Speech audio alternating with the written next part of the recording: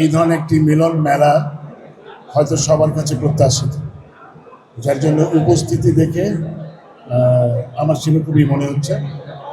এবং আমাদের আসলে অকেশন খুব কম যেখানে আমরা একত্রিত হতে পারি, সেরকম এরকম যে আয়োজন যে আমাদের একটা জায়গায় নিয়ে আসতে পারে কিছুক্ষণের জন্য, একটা আনন্দ ঘন মুহূর্ত তৈরি করতে পারে। এবং দেশে যেহেতু গণতন্ত্রের একটা নতুন যাত্রা শুরু হয়েছে, আমার দৃঢ় বিশ্বাস আমরা সবাই এই সময়টাকে মুক্ত চিন্তার এবং মুক্ত প্রকাশের সুযোগ হিসেবে গ্রহণ করব।